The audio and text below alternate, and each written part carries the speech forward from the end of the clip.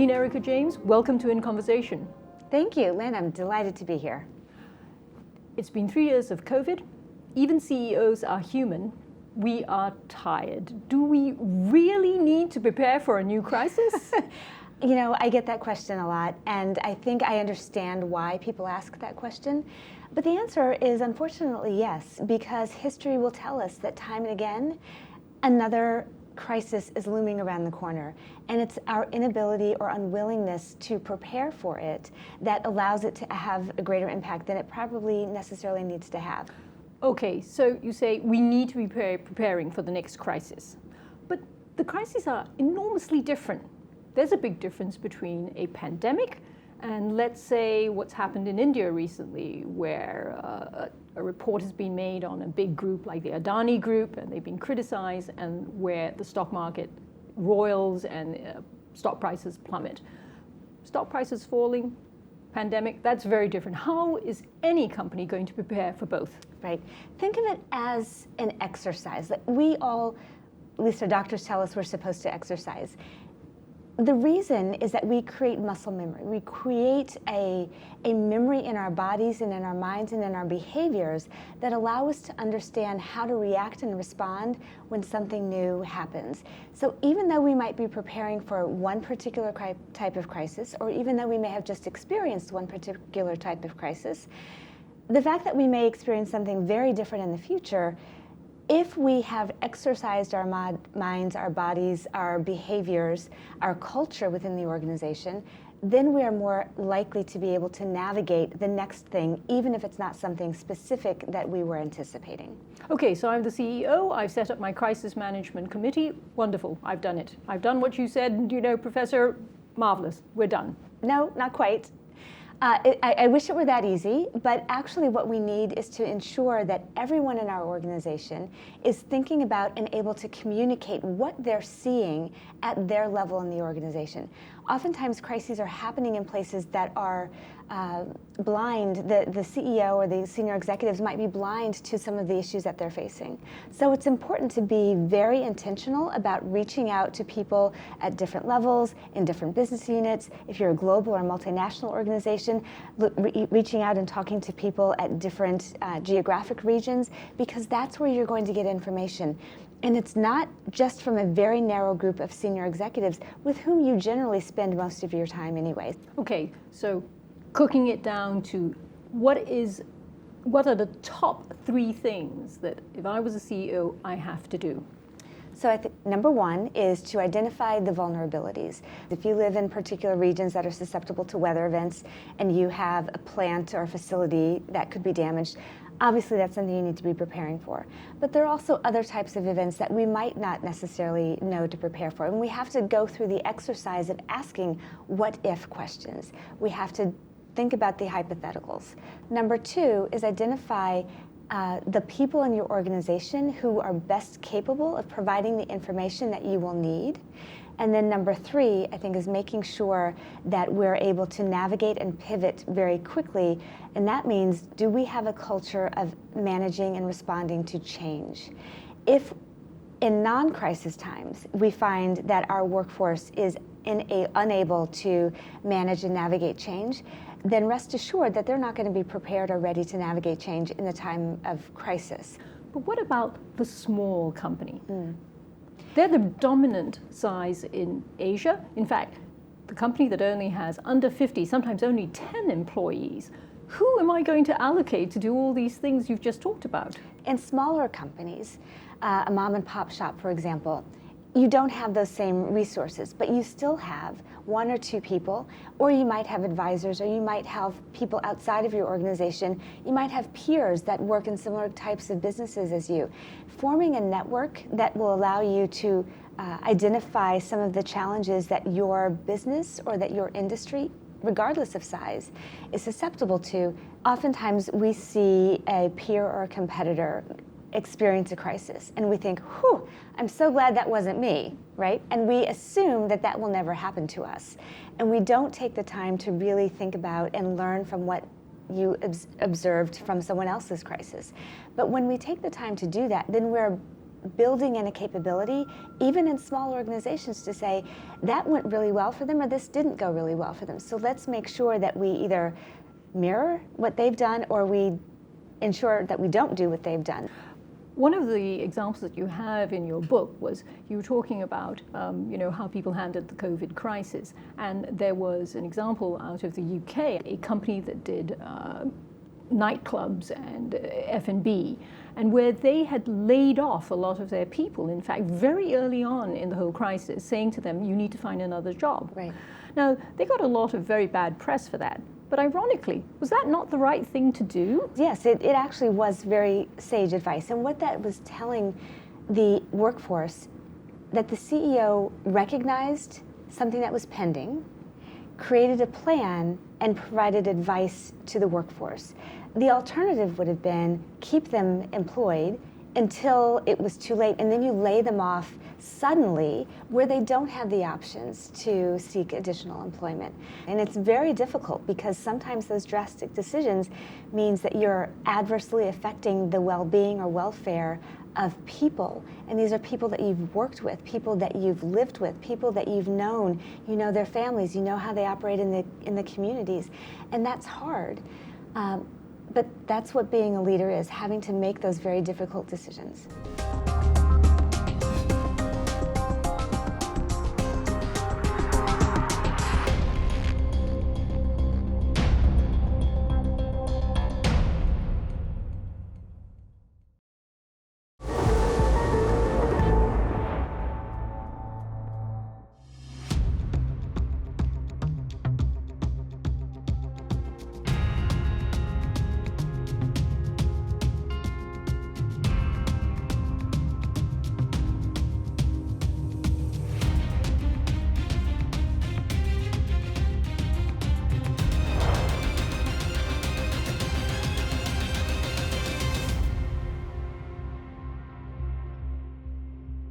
You're sitting here, a fantastic example of diversity, and yet it took Wharton, the place that you are dean of, 141 years to put a woman and a person of color in your seat.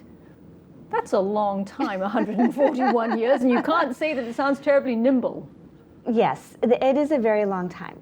And the reality is, at least in the US, the structures and the history and the legacy for how organizations evolved, who they were intended to serve, it's a very long-standing history. I wish that more organizations would have been more progressive and open and receptive to recognizing the talent that exists around the world and in different people from different backgrounds.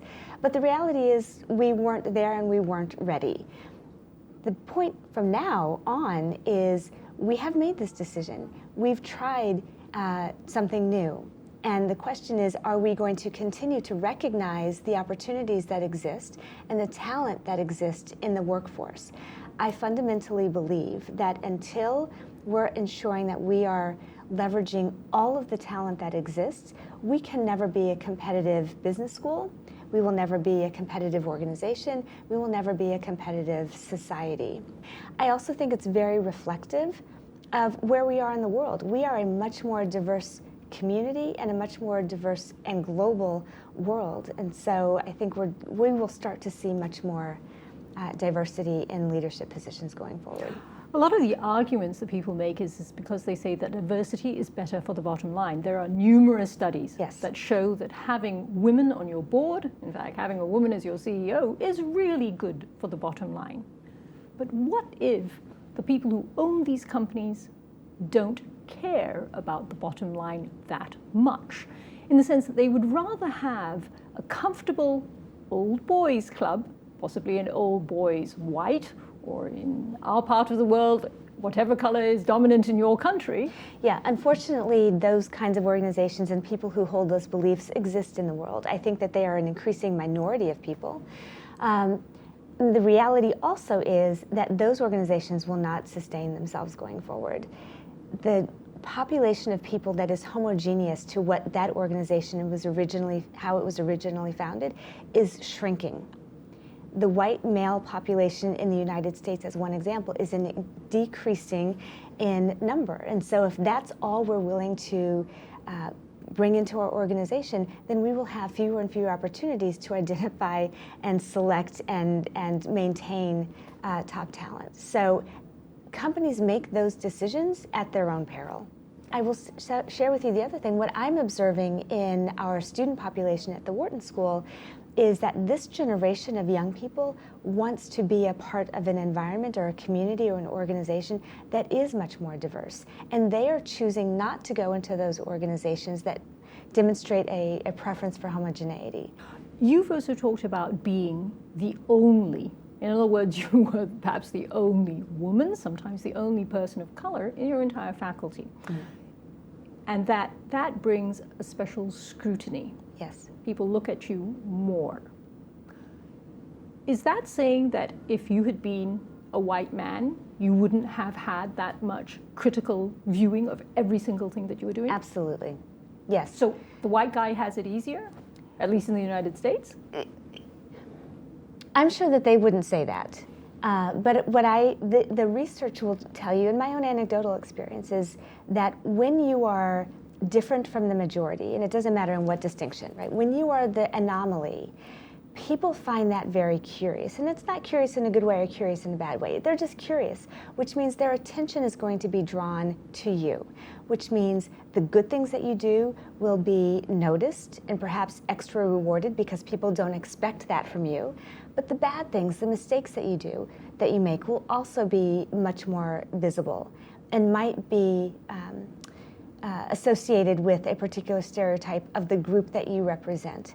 So I think that scrutiny and that curiosity is true, and it works in both directions. If I can just give you one example. Many years ago, my daughter was part of a dance troupe, and we were living in an urban environment.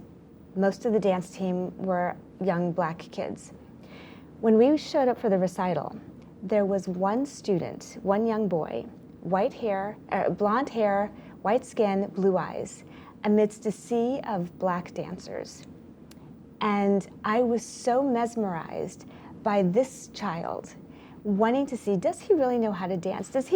Can he really keep up with this group? That I only focused my attention on that child, not my own child who was also in the dance troupe. And it wasn't that I was conscious of that, but I was so curious how this one person who was different was going to navigate in this sea of people of color. They'll get the extra attention, and they will get everything that goes along with it. So if you are someone who gets extra attention and you're a superstar, that means that your career might be catapulted. If you're the person who's getting extra attention and you make a mistake, your career might go in the complete opposite direction because people are less likely to trust what they don't know or what they have not experienced before. So if I'm a minority, whatever that minority might be in whatever particular society, why would I take that risk? I think you take the risk because you know the opportunities are great. I'm sitting at the helm of the world's leading business school because I was willing to take risks to put myself in positions and in roles where I was going to be more scrutinized. But I knew that I had a belief that I could contribute something valuable to the organizations in the positions that I was in leading up to this being dean of the Wharton School.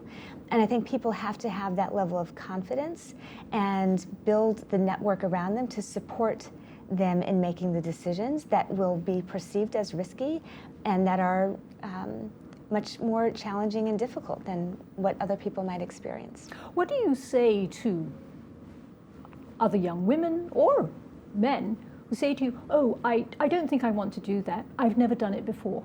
I don't want to apply for that job. Yes. I will say to them that I can relate because I have said those same things about myself as well. But there are two different issues that you're raising. One is, I don't want that position, which is very valid and legitimate. But to say I don't want this job because I've never done it before, or I don't think I'm good enough, or I'm not prepared enough, that's something different because those are all things that you can change.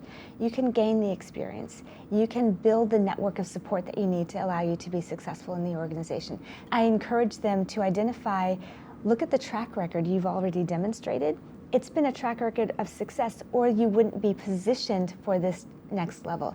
But Professor, do you believe in positive discrimination? So positive discrimination can lead to good outcomes. For example, we always, imagine you're an executive, you need to make some hiring decisions.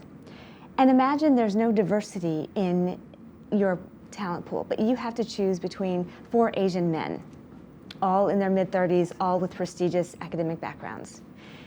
You have to make one choice. So you are going to discriminate against something for some reason. When we talk about discrimination in the United States, we assume that we're discriminating against a minority group.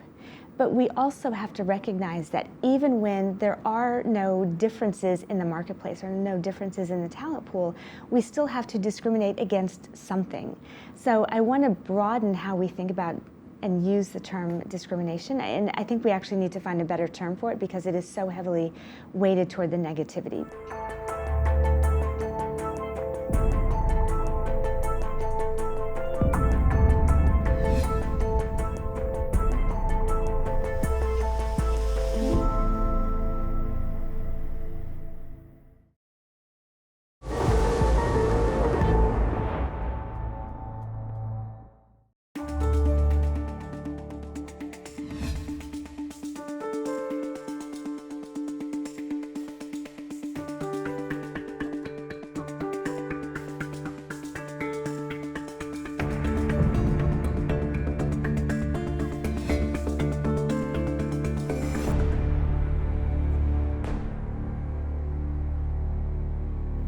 Asian companies are now some of the biggest in the world. What do you say to Asian companies who ask you, what can I learn from your research? Well, my research largely is around creating the competencies and the skills necessary to be effective leaders, but also to be effective leaders in times of crisis. Crises don't just happen in the United States. Crises happen all over the world, and anyone who is responsible for products or services and or people should be prepared to experience something that is unexpected and that takes them away from their strategic trajectory that they've laid out so beautifully, because something, whether it's external or something internal, it might be their own norms and culture that has led to a set of challenges. My work helps leaders understand how to identify, how to be responsive to, and how to learn from crises so that we can create the proverbial opportunity from crisis, as people always say. What if they say, no, Asian companies are fundamentally culturally different? We're not the same. You can study Shell, Exxon, McKinsey, all of them, but essentially they're culturally different from us. I believe that's true. They are culturally different, but they are not immune from experiencing a crisis. So just take the crisis everyone around the world has just experienced, the pandemic, right? That had nothing to do with any organization, but every organization in Asia, in the US, in Africa, in South America, every organization was affected by that pandemic, and it required real leadership at the political level and at the organizational level to navigate through that crisis. So no one is immune, regardless of the cultural idiosyncrasies associated with any one environment. What about economic development, though, of the country? It seems a little remote to say that a CEO of a company in Jakarta is the very same as a CEO of a company in Los Angeles. No, that is absolutely true. So yes, there are lots of learnings that we can take from other organizations, other leaders, but we also have to recognize that they're operating in a different context, and we have to be very clear about what is unique to our situation and manage around that. People may not know, but you actually are on the advisory boards of various Asian universities as well. What is it they ask you? So they're very interested in understanding the same thing that universities in the United States are interested in.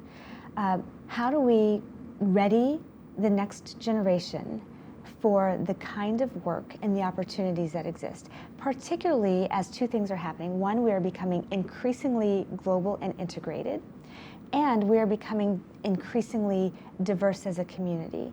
And all of that, well, and I would also add that technology is changing much more drastically and rapidly than most universities have been prepared to address. So I think those are some of the key issues that we talk about as members of the board of these most prestigious universities, whether they're in Asia or whether they're in the United States. We're all addressing the same challenges. Okay, this is your TikTok moment. If this was the one message you had to give to an Asian CEO about how to prepare for the next crisis, what would it be? I firmly believe that it is most helpful if we pay attention and learn from the experiences that we have already gone through, or that we're mindful about the experiences that we have seen others in our industry or in our sector go through. Learn from those experiences. Talk about those experiences within your organization to prepare your teammates for the work that will be coming, and identify what the future state is should some crisis similar to that, or even a different crisis, should something take you off your strategic game, what's the vision that you want to leave with your organization? So fundamentally, it goes back to the practice of learning from others and from your own experiences. Erika James, thank you very much for being on In Conversation. Thank you, Lynn.